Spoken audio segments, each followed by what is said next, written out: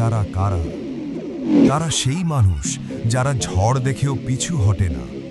যখন পৃথিবী বলে অসম্ভব, তারা বলে, দেখো আমি করে দেখাবো। সাধারণ মানুষ ইতিহাস পড়ে, অদম্য নেতারা ইতিহাস লেখে। অনেকে ক্ষমতার জন্য নেতৃত্ব চায়, কিন্তু সত্যিকারের নেতা নেতৃত্ব দেয় মানুষের জন্য। কারণ নেতৃত্ব মানে সামনে দাঁড়ানো নয়, নেতৃত্ব মানে সবাই যখন ভয় পায় তখনও দাঁড়িয়ে থাকা। তারা জানতো পথ কঠিন, তবুও তারা হেঁটেছে। তারা জানতো পৃথিবী তাদের বিরুদ্ধে, তবুও তারা লড়েছে। কারণ একজন অদম্য নেতা জানে মাথা নত করার চেয়ে লড়ে হারাও ভালো।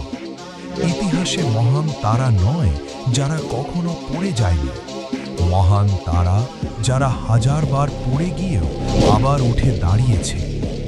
অদম্য নেতারা জন্মায় না, তারা তৈরি হয় সংগ্রামে, ত্যাগে, আর সেই মুহূর্তে যখন সবাই থেমে যায় কিন্তু তারা থামে না।